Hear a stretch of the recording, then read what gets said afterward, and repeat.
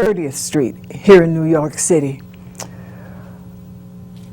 I had never met this person before, but I was there because my first book, Cornrows, was being published, and we were having our book party at a studio. Carol Bayard, who was the illustrator, told me that there was going to be a marvelous, that the man who owned the studio was a great painter, a great artist. And so when I went there, I met for the first time this royal brother named Tom Feelings. And it's today, here in this studio, 2012, that I want to share some of his work and his spirit, his genius with you. Tom Feelings, artist who loved us more than he loved himself, and who gave everything, every bit of his gift, the gift that Creator gave to him, he shared it with us after developing and developing, because he loved us more than he loved himself. So today we are dedicating Ancestor House to the great spirit, the great friend, the great artist, Tom Feelings. Yes, you know by now, you have arrived at Ancestor House, and we want you to come on inside. You don't have to bring anything. You don't have to bring any cheese or wine or chicken wings or anything. Come on inside so we can tell the story of Tom Feelings. And we have marvelous guests, people who knew him, to talk more about the brother. Come on inside. I'll see you there.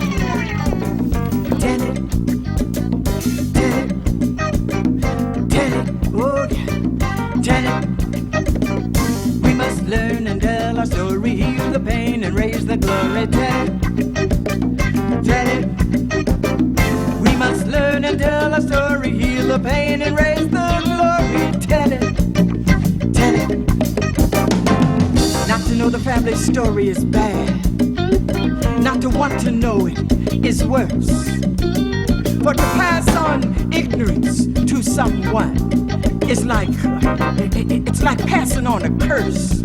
And it will curse your father, curse your mother, curse your sister, curse your brother. And every time you come close to one another, it will be there in between to separate and instigate. We must learn and tell our story. We must learn and tell our story for ourselves.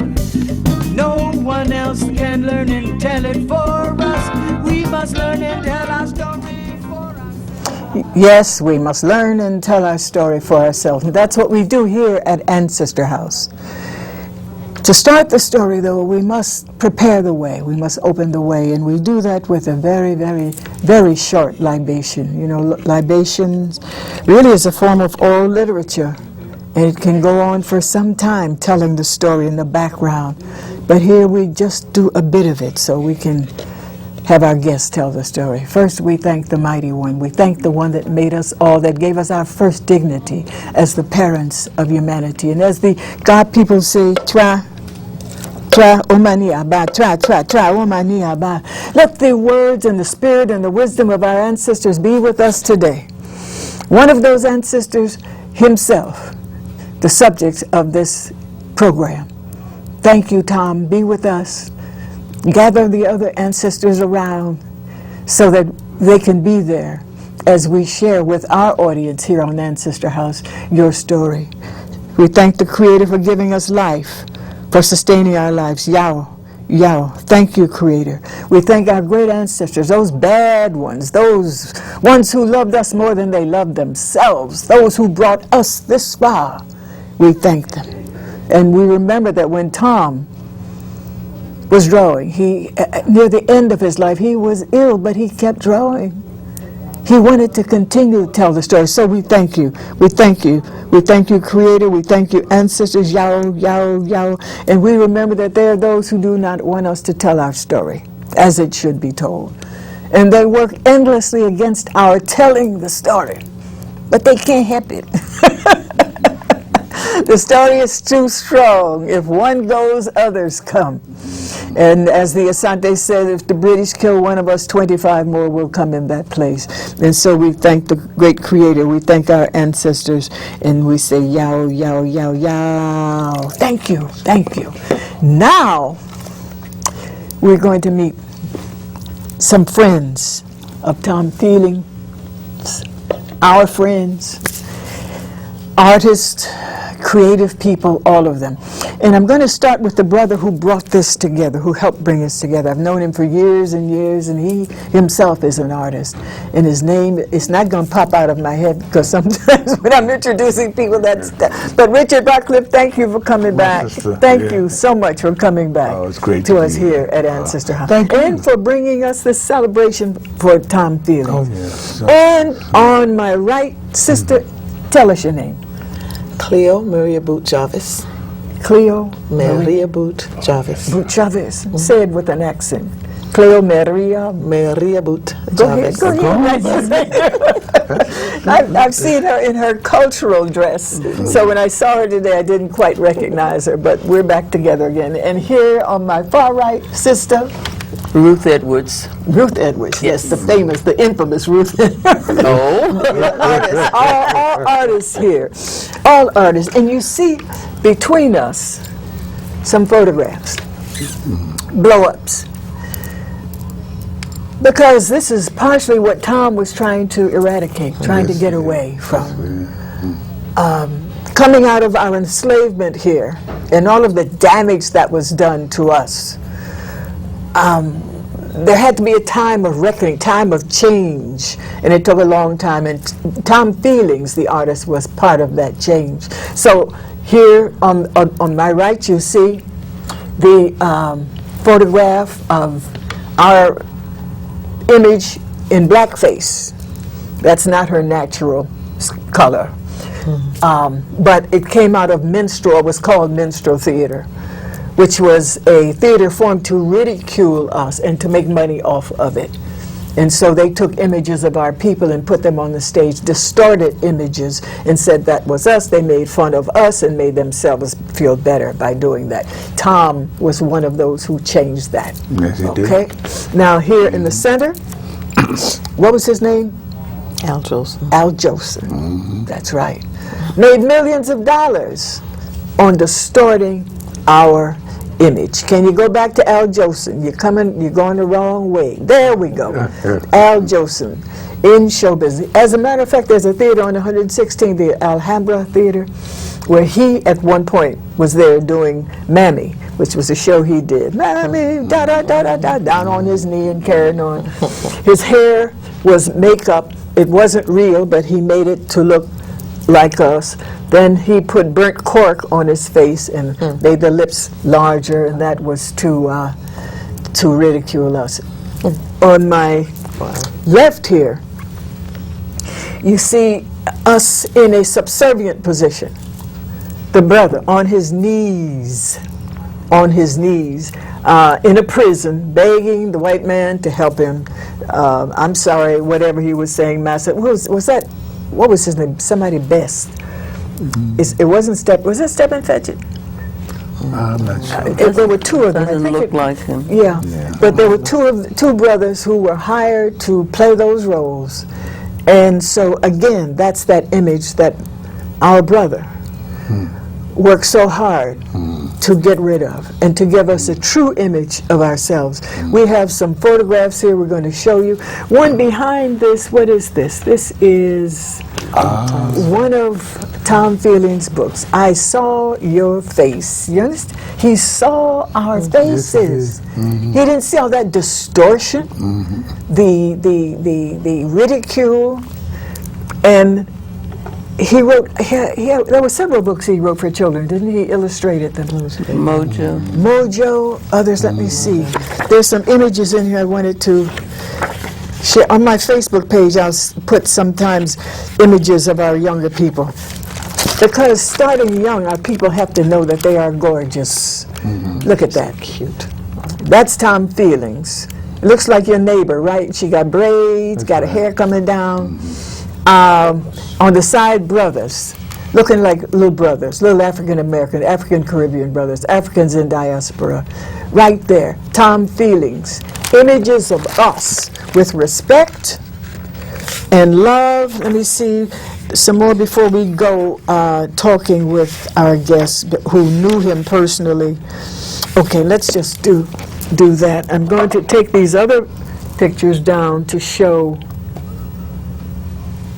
his last book, the last book by Tom Fieldings, The Middle Passage. That's an area of horror in our lives that we need to discuss. And it took him how many years? About More than 20. 20 More than years. 20 years. 20 years More than 20. to draw this, to put together the drawings from this book. And it is, you can tell the love that he had for us. I think it was John Henry Clark who Yes, he did. who did the introduction Yes, to he it. did. The Middle Passage. When people think of this, they say, oh, that's slavery and stuff. But what it showed was the greatness, the strength of our people, because we came through all of this. Look at the drawings. You need to buy it. Is it still on sale? Yes. Yes. Yeah. It's the price has increased. I said, "Thank you, Lord." I went to my local Barnes and Nobles, and I thought maybe it had been discounted or reduced. And the guy said, "Oh, you can get a copy, $75." Yeah. Yeah. So the okay. price has increased. Okay, that's good. Well, it's worth much more than that, yeah. really. 75. It should be in every household. This book, The Middle Passage. And then on the other hand, on the other side, was there anything there? Did we put something? Yeah, that's another of the distortions that we can do away with. Everybody making fun. And it bothers me now because people are still making fun of our hair. You know what I'm saying? In so many ways. And we're doing it. We're the ones up there doing it. Shame on us. Huh? Shame on us. Yeah, well, there are reasons why. So now I'm going to hush a little because you knew Tom Fieldings much more than I knew Tom Fieldings. So please, we want to talk about this here, this man. Well, you know he here. Huh? You know he here. I know he's here. Yeah, Yes. he's probably sitting back there. All right, Rich, come on. Tom was everything to me. He was my artistic father. At a young, vulnerable age, 14, 15, I was a little artist, and he put his hand on me and Encouraged and you. guided me. Yeah. No, come to my place. Oh, wow. Come sit with me. Yeah. And I did on Yes. many occasions. And then as we grew up, as I grew up, instead of being the elder kind of state, he became, you're my colleague. Come join us. Tom was he was a fantastic artist, no question about it. Yes. But he was equally or even more just a fantastic human being. Yes, he was. Very generous, Very. very warm. He was our brother. He was your brother. Yes, he was. His studio on 31st Street. 31st Street 31st Street. was amazing Yes, it when I was. went in there. And he took the time. He was working on this at that time. And he took the time to show. Remember that little room he had where you went in? stop. The Remember that sculpture. room? Huh? The sculpture. Yes, yes. He wanted you to feel what our people Lord have felt mercy. in those ships.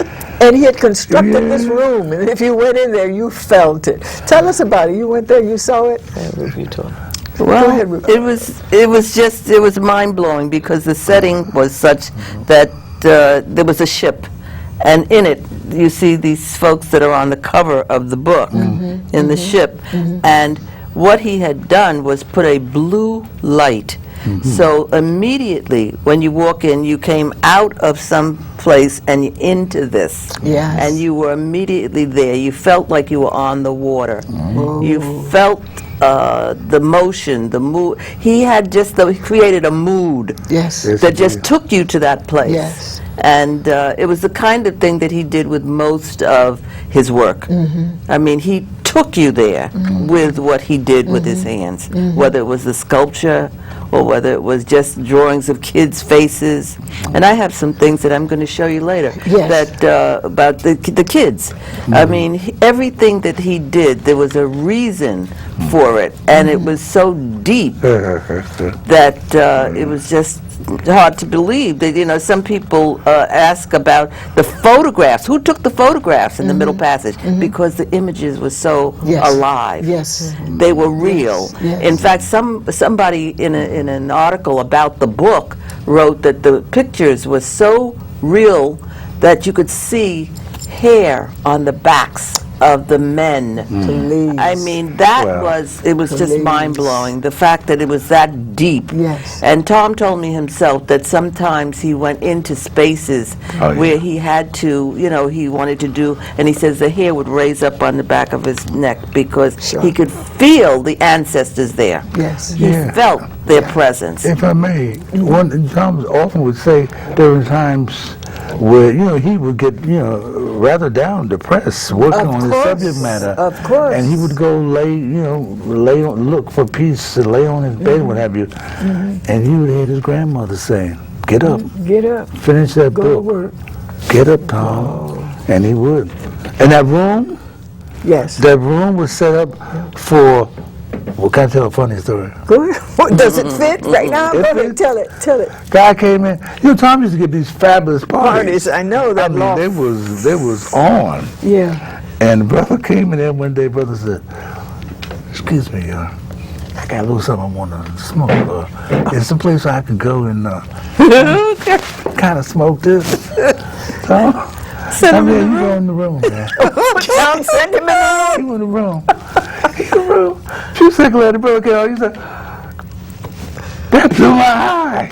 He said, It blew "That's his what I was eye. trying to get away from." Oh. But see, it was informational. 'Cause Sure. People would come out Sure. that room and they would tell Tom stuff about their. I think it was the ancestral memory kicked Sure, in. that's right. Oh yeah, it was. He did that. He had a did method. that. He knew what he was doing. And he knew he had to do it, and that's something I think that we fear, most of us. We don't want to deal with it. We are partying. We do it. When we party, we really partying about just to get away from what's happening and who we are. But Tom took us right there, and if we're going to heal, if we're going to get better as a people, we have to go there. We have to go that middle passage, because that's when our people were the strongest. That's right. They refused to give up. They refused to forget who they were. And as I said recently at an affair, I used to say when I would sub in for Imhotep Gary Bird, I'd open the show by saying, good morning, shipmates. That's And they said, what? Shipmates? What? Oh, yeah, we did get here on those ships. So enough. Well, Yeah. it is a fact that some of those people who came over on the ships later on met each other. They remembered what had happened, and they talked over what they'd gone through, and they told it to their children. Now here, we have been, since that time, told, don't deal with that. Don't deal with that. So our children run around with their pants hanging down, with everything, doing all kinds of stuff, don't know who they are, because we have stopped telling the story of home before slavery and enslavement. That's when our people are powerful. That's why I do volunteer work. Yes. I go into schools. That's right. I met you And there. as an artist, and my first lesson with the kids or introduction is like, this is Boys and Girls High School, right around the corner from where Tom grew up. And I asked the question, how many people heard of Tom Feelings? Nobody. Teacher, nobody. But then I say, well, that's why I'm here. Yeah. That's why I'm here. Yeah. And I bring the book. I share the book with the children. We have a little film. I don't know, maybe we might show a little piece of it. You get a sense of him. Because but they need to know, he ours. He always was ours, and he came home to us. He went around the world. That's right. But he came home to us. That's right. Which we're getting into this party. See these two sisters here? This is one of the reasons why I love them so dearly and revere them, because they prepared the way for our brother. When he knew he was going to leave here. Oh, really? He asked our sister over here. Yeah. He said, I want to see. Tom was never one for like birthday parties and such. Or he did, but he said, I want to celebrate this party together. because I want to see the people around me. Yeah. And y'all talk about it. He came to me and said, I want a birthday party, and I want it in Bed-Stuy. And he knew he was going, and I said, Tom, I am not planning a funeral. We are going to have a celebration. But I don't know a thing about Bed-Stuy. So, Cleo. And she drove me all over. We went one place, another place, and finally wound up, what was the name of the place? It was formerly a firehouse. Oh, wow. How could I But you forget that found place? It's a big hangout spot. Park. It's What is right it on called? Fulton Street, right by Restoration. Legs. The lab. The lab. Oh, yeah. You know, I knew it would yeah. come to me. Yeah. And it was interesting. Yeah, but the invitations, I mean, it was interesting because just from the very beginning, I did not want to charge people to come to this party, but it would have cost thousands of dollars. And because Tom had many, many friends. And I said, well, how are we going to do this? I have to have, to charge something. So with that, he agreed, okay, go ahead if you have to do that. So once that was understood, then it was a matter of, give me a list. What did I ask about a list? You got a list. We sent out, well, first of all, I handmade all the invitations. Handmade. They were champagne bottles with a cork, and you pulled out the cork and it told you where to go. And on the label on the champagne bottle said a sparkling brute, talking about him. And, manufactured in Brooklyn. And it was just, people got this invitation, and people I see today, Tom's been gone since 2003, they say to me, I still have your invitation. One woman called me, and she said, I called somebody else because I don't know how to get into the invitation, but I don't want to touch it. It's too nice. So you tell me, she said, you tell me how to do this. I said, well, you pull out the cork. Oh, I can't do that. She says, Tom does such beautiful work. I said, Tom didn't have a damn thing to do with it. That was yours. I had to have a team of people. We sent out 325 invitations. And we had people there from all over the world. Yes. Not this country, but they came from when he worked, he worked in Ghana. Africa, Ghana, and from when he was South America, Guyana. wherever. But he had people, Thailand. Wow. And they were coming. And so I remember he said to me, Ruth, do you know what you all have done? I said, all we did was send out the invitation. You're like the Pied Piper. People love you, and they wanted to be here That's for right, you. obviously. Yeah. And he asked for it. And we even danced in the street. Cleo, tell them Come about on, that. Cleo. Oh, wow. This is in Brooklyn. Yes, out of the lab. lab. We had the party, but everybody had to go. Hundreds of people had to go out and dance in the street. For me, if I'm going to do something, I'm going to go all the way. Yes. And Tom, I knew Tom lived a lot in Africa. Yes, he did. And so I wanted to take us back to some traditions from the motherland. And so we got the big sparkly red umbrella because I've been to Ghana and the Nana. So we did that, and we got the drummers. We got E. Preston Riddick and some friends of mine. We had a jazz band, some other friends of mine. A friend of mine, she did a big artistic rendition of Tom that we heard. It was like the ancestors were talking to me, and I was sketching on pieces of paper as I rode the bus or wherever I was, and sketched out how the dais would look. Yes. And wanted black and white as the theme. And I remember the lady of the place not wanting me to do what I did, and I remember her having a fit, the caterer, because she wanted lace doilies and things on the table, and I'm trying to explain to her that's not how. That's not the party That's you're not talking what. about. No, Yeah. that's not. And she said, but that's what we do. And I said, but that's not what's going to happen. I got it. Just let me do this. You go worry about the food and the other things, and let me handle this part. And my friend Kim came forth, and she just, and we had this tall ladder. Everybody was petrified because we were climbing up, these little women climbing up on that tall ladder to hang this thing and drape fabric. It had to be It was fabulous. 5 feet by 5 feet or It was something. like that. fabulous, but it was fabulous, and it was just something where all these people came together. All his Hollywood friends, were there and trying to just All of have his fun. female friends. I wasn't aware of that till after. As long as there were no fights, it was all right. I was in my zone. I was in my zone of the Creativity. Yes, and the ritual, and Ruth was in her zone of organizing and making sure everything flowed, and It was wonderful, and he had a good time. Yeah, he That was the good he thing. had something to remember. It was what he wanted. That people loved him, that his work had worked. Yes. Yeah. And we did have a book for him. What happened was we put out these books as you came in, let people know that they were there to take time during the course of this party. You take time to go into that lobby, take a page, and write a sentiment or draw a picture for him. So when he left that evening, he had 2 very thick books that all of his friends had just told them what they thought of him. Oh, yeah. It was really That's beautiful. powerful. That's the way to do it. And the artists, Understand? the Because artists too had many a people chance. leave quietly, and after they do great work, no, that you all did it The right. artists had a chance to stretch out. You see, I had my page. Oh, Everybody was you did there. everything. All the beautiful Where's the people. book? Well, Tom, we gave them to Tom. Where so is I it? guess his son has them. Oh, okay. You know. Okay. Yeah, and people like Ernest Critchlow was still here then. That's Yeah, right. He was some there. of the artists, they did All their these thing. people that were really great artists Yeah. were there, and I mean, in one room. Everybody in one room. In that, in the lab. And the hugging and the kissing that The was going on crying. there. Oh, And my. his mom was there.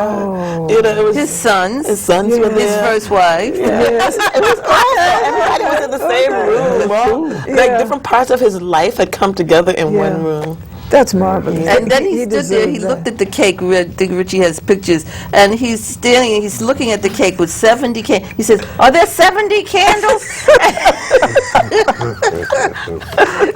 Is that party the one that you gave me a CD, a DVD? Is that the party? Yes, it is. Yeah, that's Oh, see, you should have told me before. I would have checked it and come here and say, go to here, go to there, but I never saw that before. So we're missing it. But you brought it alive beautifully. That's good. And you brought your own skill as a dancer and as a spiritual sister. Oh, yeah, she led 200 people out in the street dancing. Go It was ahead. this I lady. danced, we danced out and danced back in. Full Street, y'all. We had a procession. Up and down Full Street. Richie carried the umbrella. Wow. And Tom I was got under the pictures of that. umbrella? Yes. Oh, I got a beautiful. picture of that. Beautiful. Where's the picture? Oh, here it is. Yeah. You should have gotten all the people in there. Oh, I Can had you see something. this? Can you see Where this? is that? Winston, can you get this? Pick it up a little higher, Camille. That's That umbrella was heavy, That's y'all. just the umbrella. That He's umbrella not was- showing all the people. That's Tom Feelings That's there, outside. That's smiling. All right, beautiful, That beautiful, umbrella was beautiful. heavy. Okay, what else? The people But we on got the to talk other about side. this one too. Look at this picture Okay, here. what is this? That's Tom just- Feelings That's Way. more Ruth's work over here. Tom Feelings Way. That was when they named the street. Where, For him.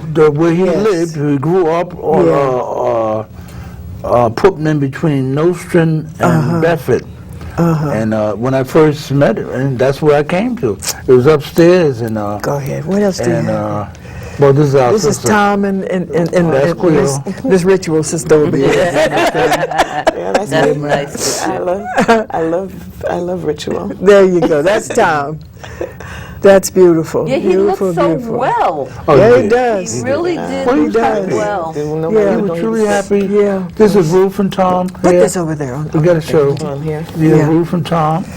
And then, Okay, let me see yeah. if we can get this one. It's a little foggy. He had washed out that. Yeah, it's But, not. but that's Ruth. There you go. There you go over there, Miss That's the Ruth. cake. Yeah. Oh, that's the cake. Just before he was counting the candles. 70 of them. Yeah, and he's going to stand there and count them. Now, here's a younger Barcliff. No This is grade, you. Yeah, no no grade. gut. You know, I was. You know. Yeah, What happened to you, Tom? Hey, life. Yeah, life. That's Yeah, Tom Feelings and this you is that, in the back. what's name studio? Who? Dorsey Studio. Dorsey. Wow. He's gone on to the. And he was so Ancestor good House. looking too. Look at him. Woo. Well, you know, Have I mercy. had my moment. I'm not talking about you. I'm talking about Tom Feelings. Lord have mercy. Tom Feelings. I thought I was. Oh. What about you? That was cold. Sister. That was cold. I'm sorry. That was cold. She brought me out down Yeah, but we know each other. We love each other. That goes on. Oh wow. Yeah, he was a gentleman, a gentleman. But that one, talk about, you got to Which talk one? about the street piece, because this is Alvan and them, that's his Oh, that's mother. Alvan, okay. That's Tom's mother. We did, but you Yeah. talk about the people. Yeah. Who's in this no, picture? what he's saying is not so much the picture, but the point was that once Tom passed, we were anxious to have I a see. street named for him. Uh-huh. And that's where I went to Alvan, and I told him immediately we had to do something, and that they decided it was Tom Fielding's Way, and that's what they named it. Where is it? It's the street he grew up on. Putnam Avenue, isn't it? Putnam Avenue, between North Street and Bedford. Okay. So that particular spot of that block of Putnam is in fact Now I'll codenamed. look for it when I go out there. Yeah, Tom Fielding's Tom Way. Fielding's Yeah, Ways. yeah. Yeah, and that's his mother was there. And Oh, it was man. great. It was great. But what I love about Tom was his love of the children. Oh, yeah. He shows that, yeah. and passing Yeah. passing on to others and sharing his talents and passing Yeah. on to others. Yeah. And we're always so open and lending, just giving and open to listening. You would never know he was ill. Yeah. And he would not be feeling well and still take the time to talk. Even on the phone. But He would that talk. book, Yeah. he traveled all over because once the book was published, the publishers do what they do for a hot minute. That's right. And then Not too hot minute, yeah. and so Tom really spent the last couple of years of his life trying to promote the book. So I missed the opening and when it was published and whatever, and somehow I forget now how it happened, but I ran into Tom again, and he said, "I thought you'd moved to Florida. That's blah blah blah." And so we got together, and I said to him, you should be doing other things with your work. I know this is very special and you're putting your efforts forth, but other people can do things with your work. Didn't he do a book with Maya Angelou? Yes, he did. Yeah, he did. I wish I Yes. had that one here too. I think we're going, I don't know how far or how much time, but I did want to go to the video of him. So Nat, if you can, just go a little more into the video, past when it first starts with him, if you can, and we can hear his words.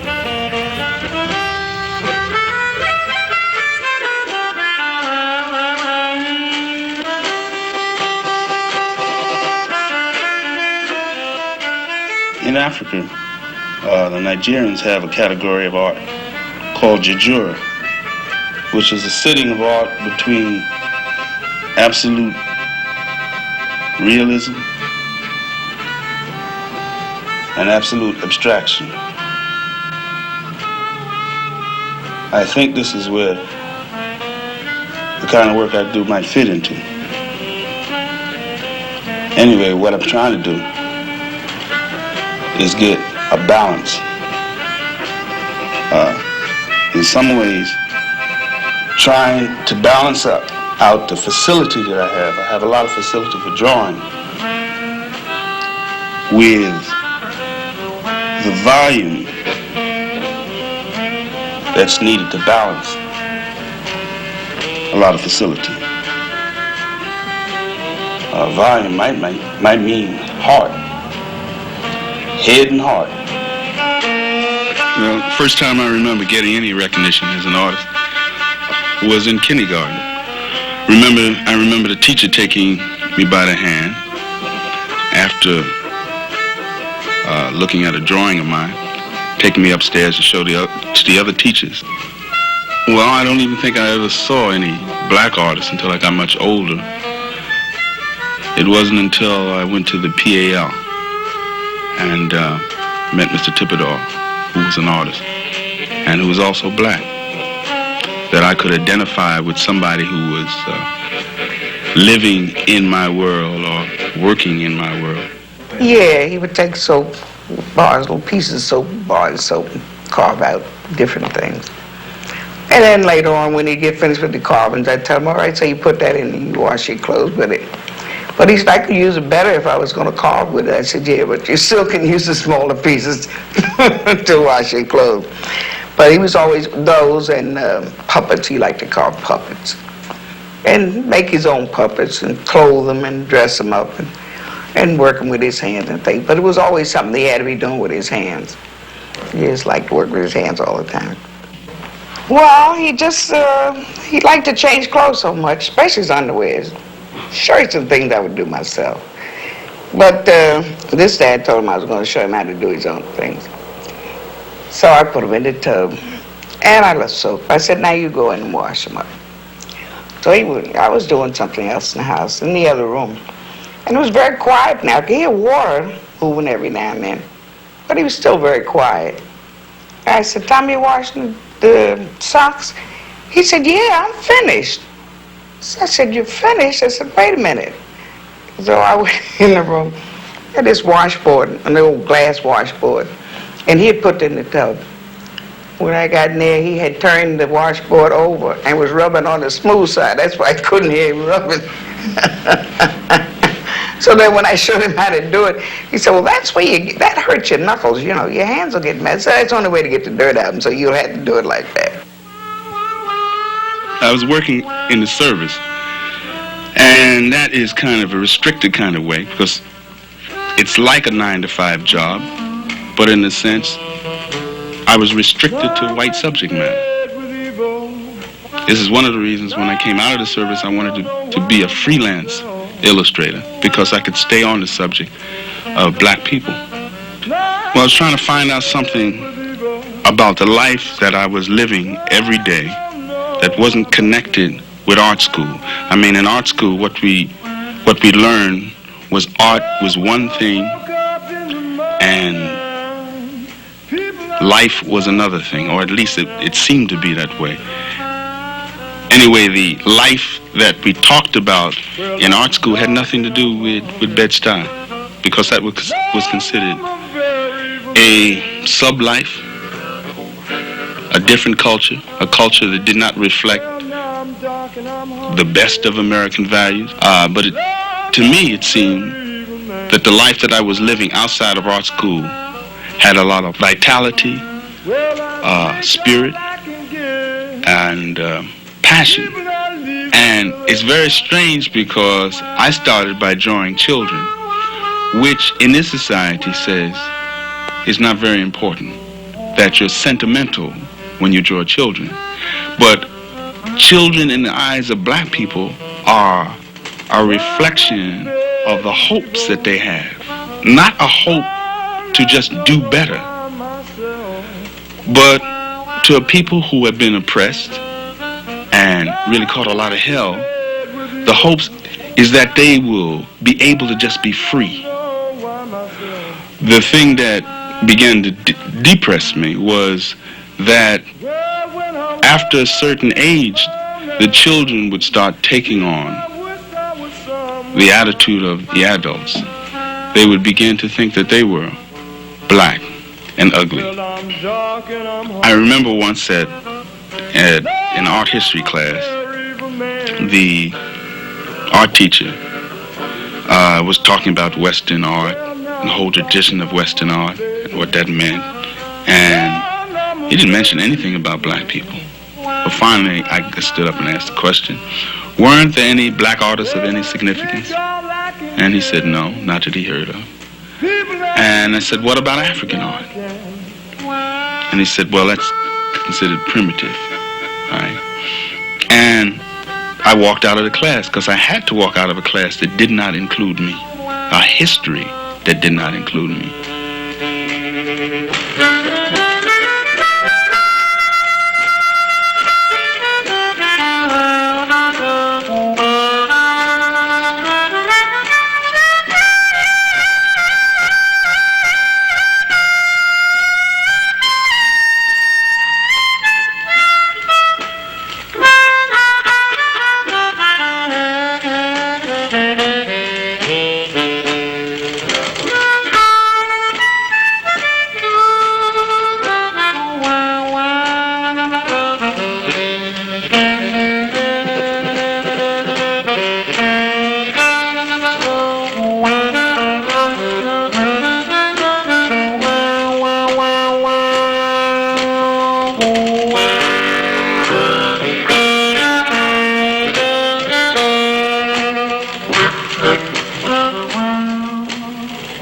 people in the bars came there to relax after working those tired, dull jobs.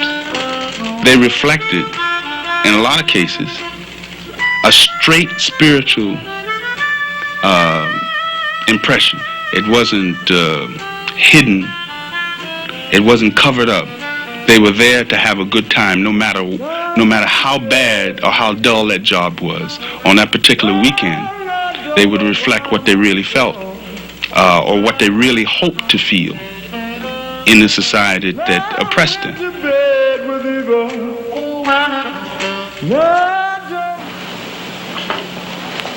The tissue paper is kind of a natural thing for me because I find it very hard working with oil paints.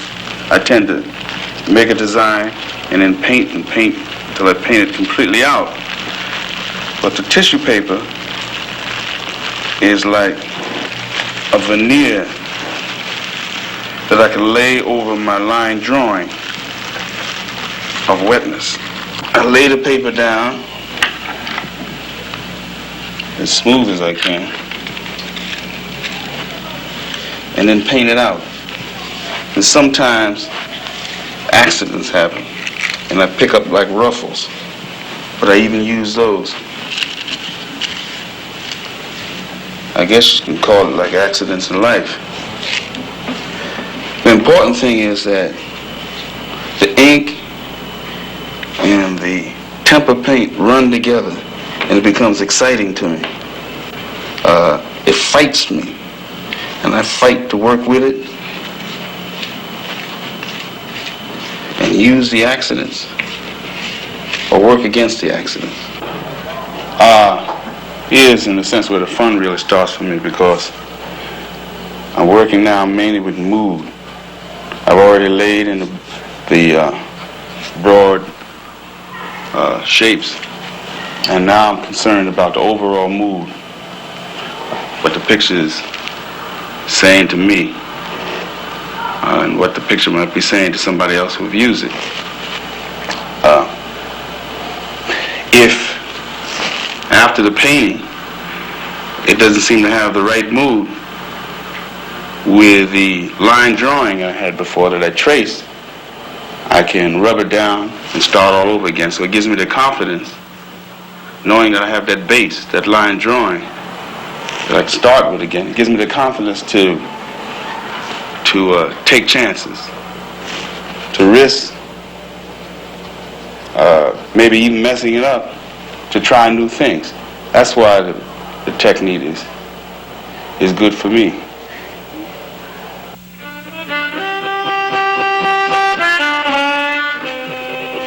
No, the environment in Africa, essentially the environment in Africa said to me was that what I felt about black people in the States, what I felt deep inside was a love for them. But you don't say those kinds of things in Bed-Stuy because it might be considered naive. So what I would do was put it into work. When I got to Africa, I began to see where that feeling I had about love for black people, it was natural for me to say that I did love them, or I didn't have to say it, so it was natural. It had a lot to do with me being in the majority, but it had a lot to do with people accept the fact that they're beautiful or ugly in a natural way.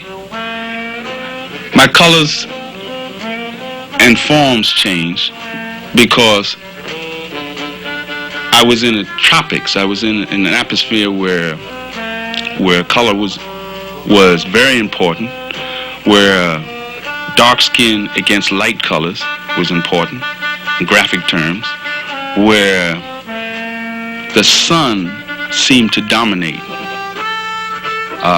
The sun seemed to be every place, and it filled you up, where there was a dance consciousness involved in everything. So my drawings became free-flowing.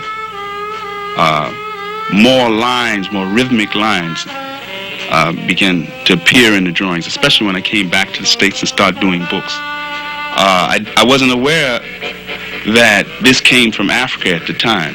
But really, in a sense, what happened was that I got caught up with the joy of knowing that what I felt about black people was real and not just imagined in my own head.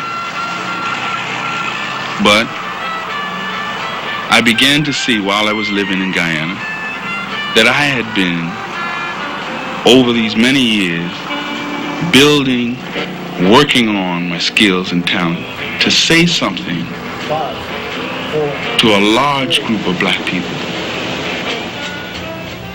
But that led me to... Thank you, Tom Feelings. We just had to sit here and applaud what he did, what he I wish we did. could figure out too. His spirit. I'm sitting here about to weep from joy. Yeah. And you know, he's speaking about love for the people.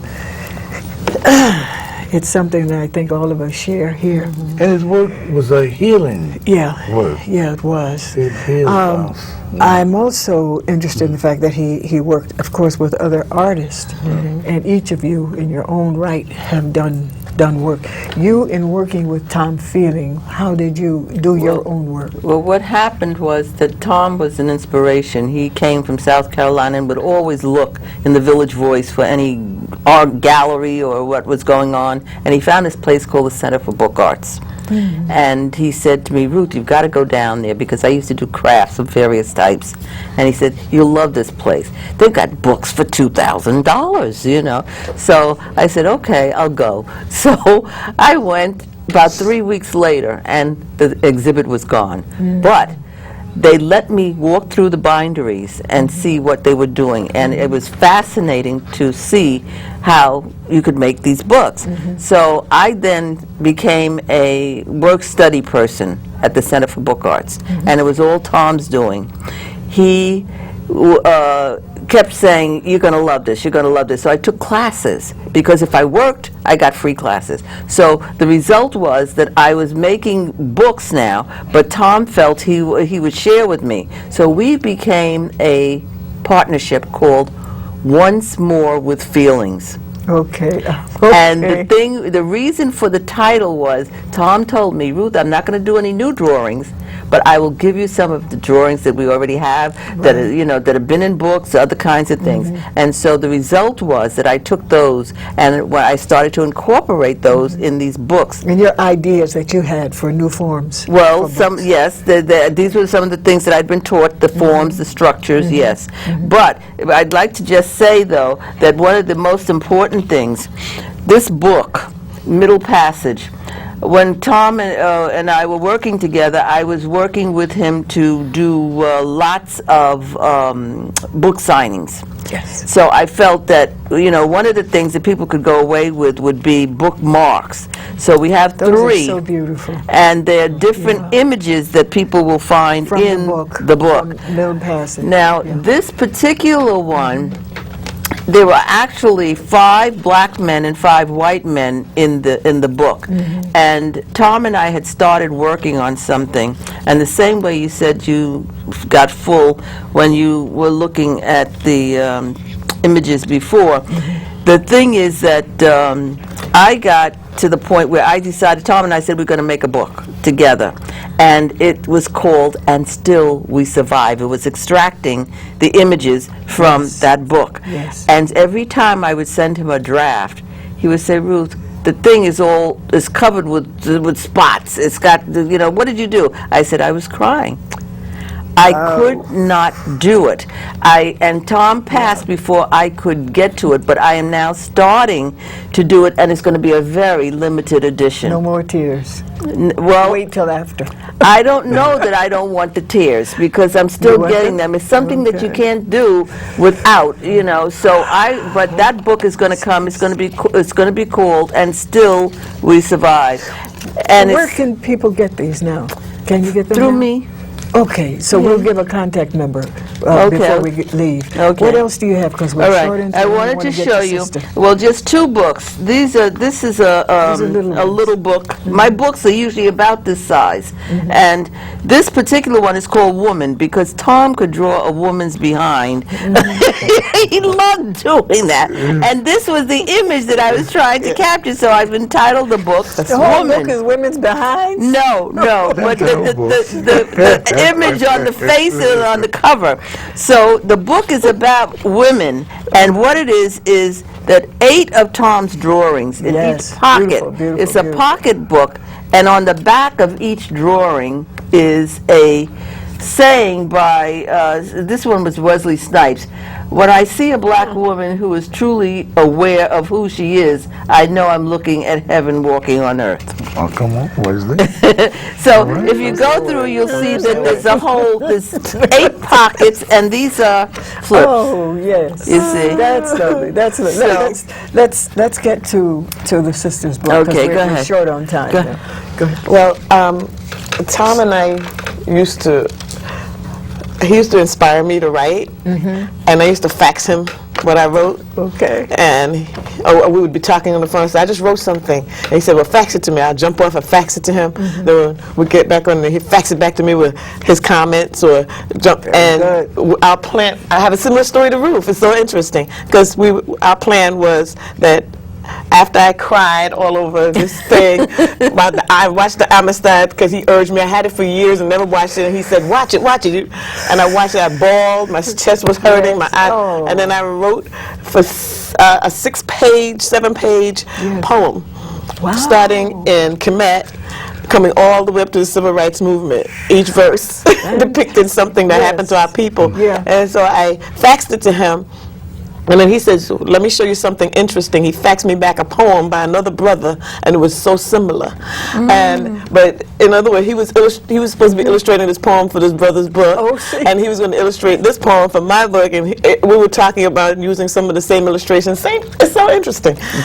But anyway, years later, I still work with students with their writing. I do a club called the Young Readers and Writers Society at my job, and this book is called The Littlest Poets and Me. And they tried to get me to change the cover, but see, Tom wouldn't let me.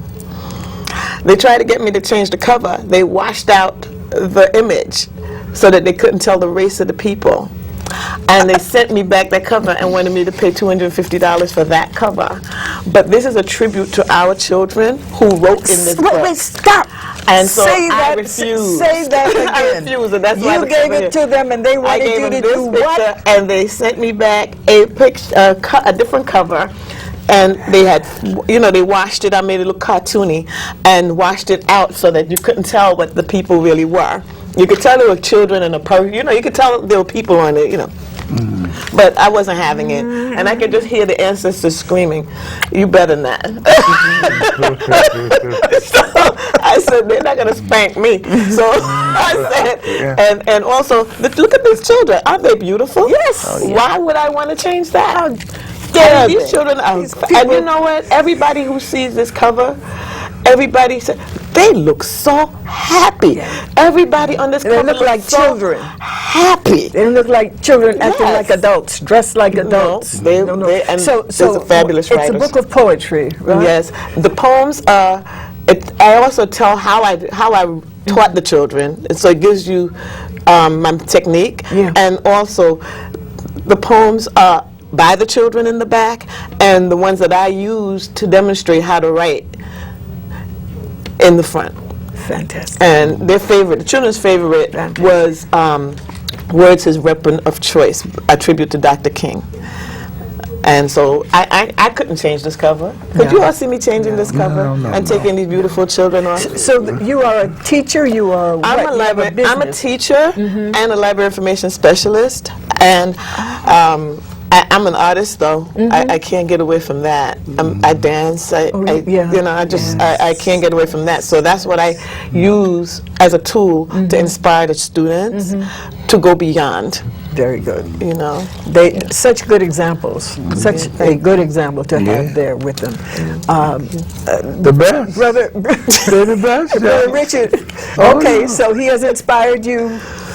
Richard, when I met you, you were in Brooklyn with some children. You were giving them images, which were healthy images. I used to call Camille up from my club. I had a little group of young people. You did have a little group. The Peace and Love Sisters. And Camille was up. I called them up, and they would speak to Camille. The Peace and Love Sisters. That's right. And Camille came to the school. Right. And it meant so much for these young people to have that connection. Yeah. And I'm still, the people. I just took a group of young sisters to an exhibition at the Brooklyn Museum. Question Bridge. It's about black men speaking. And these little sisters, the insight. We sit down because when we hang out, it's always a learning kind of thing. So, and this came from Tom. Tom was the one who taught me to, to give, to love our children, to produce healing work, work that's spoke to us. And that takes them out of this destructive context that we're living in right now. That's right. Which has so damaged them. We have to do repair. Listen, we have one minute. I just want to thank you for being here, for sharing your lives, your creativity, and especially to uplifting the work of Tom Feelings. Thank you. There are contact numbers that are going to go on the screen, I hope, so that we can get in touch with all of you for your work, Ruth and Sister and everyone. We'll be back here next week on Ancestor House. Thank you for your remarks when I meet you in the street, in the supermarket, and every place. Follow these people. This is help. This is recharging our community. They put down the guns when they pick up artwork. When they dance, they don't shoot each other. That's right. Come on, family. I'll see you next time. Thank you. We're going to do this again. Yes. Got to do this again. Thank you. I appreciate that. Yes, Always brother. wonderful. Always wonderful. Yes, always. And we have to bring some of your work next time. Bring some kids. Huh? Bring some children. Oh, where's that brew you had? Didn't you have a brew? He thought he was Not a going to take Britoni it brew. home. Oh, it's too late now. Look at that. We got the Come on, bro. I'm sorry. Should have known about Brother, curse your sister, curse your brother, and every time you come close to one another, it will be there, in between, to separate and instigate. We must learn and tell our story.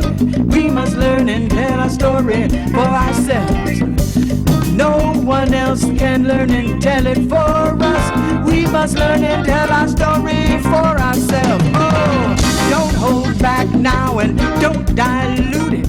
Let the story come out free and whole.